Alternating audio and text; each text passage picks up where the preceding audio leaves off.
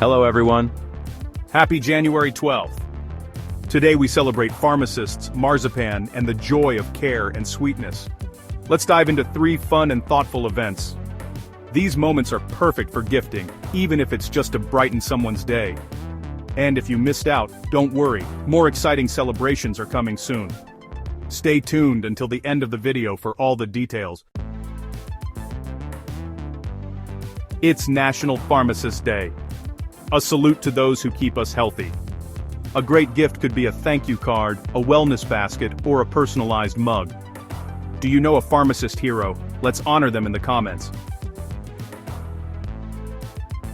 It's National Marzipan Day. A sweet almond-based treat.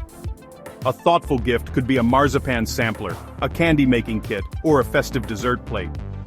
Do you enjoy marzipan? Let's sweeten the comments. Before our last event, enjoying these celebrations. Don't forget to like this video, subscribe to the channel and hit that notification bell so you never miss more amazing content. And hey, share this video with friends, they'll thank you later. It's Curried Chicken Day.